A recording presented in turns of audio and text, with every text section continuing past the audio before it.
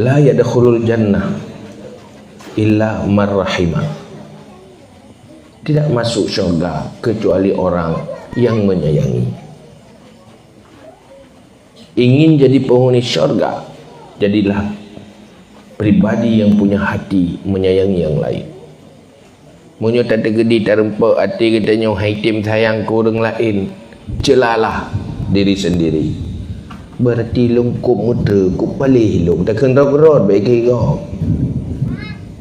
Hana timoh sayang ke go. Haitim timoh rasa kasih sayang. Sehingga tak kala dalam sejarah dalam kitab-kitab, nah orang yang cukup god, cukup le ibadah, cukup le amal, meninggal gelumpur rakan ke gatnya tamang syurga, gedanya ngempuran tamang syurga, puamai na pubut sehingga ron tok dalam syurga yang gedanya dia orang dalam lumpur ya.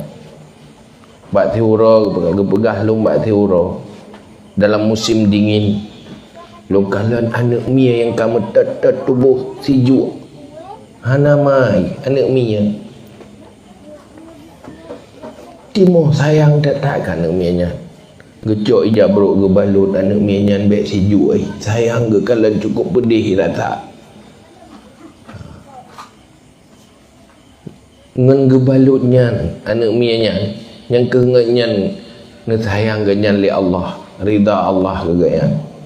Tiga yang kengenyan mendapat ridha Allah, mendapat ridha Allah nyoku ngenyan kita mon syurga.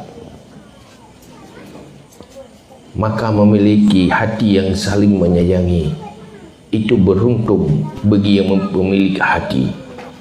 Bukan beruntungan bagi orang yang disayangi, tapi penyayang jauh lebih beruntung ketimbang dengan orang yang disayangi. Nyoke akhlak yang diperjuang di Rasulullah. La yu'minu hadukum hatta yuhibba li akhihi kama yuhibbu li nafsi. Hana sempurna iman tirarogata sebelum mampu menyayangi orang lain seperti menyayangi diri sendiri.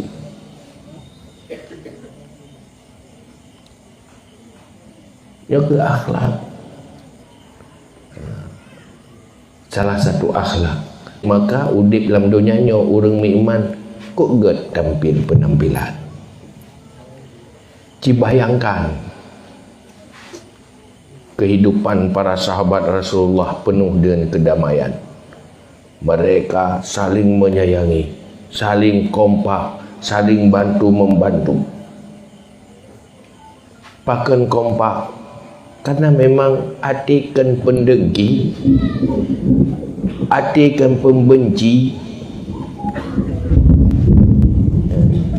punya orang hana akhlak, gaduh benci ruman ke gop, lepas galak ke susah gop, lepas susah ke senang gop, hanjit sagai lebih orang lain. Cukup ya ke labago.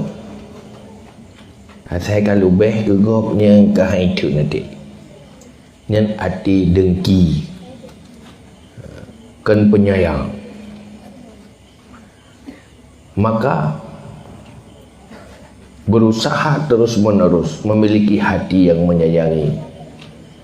Yang adalah hal yang paling mendesak. Kok God apabila nak hati yang menyayangi.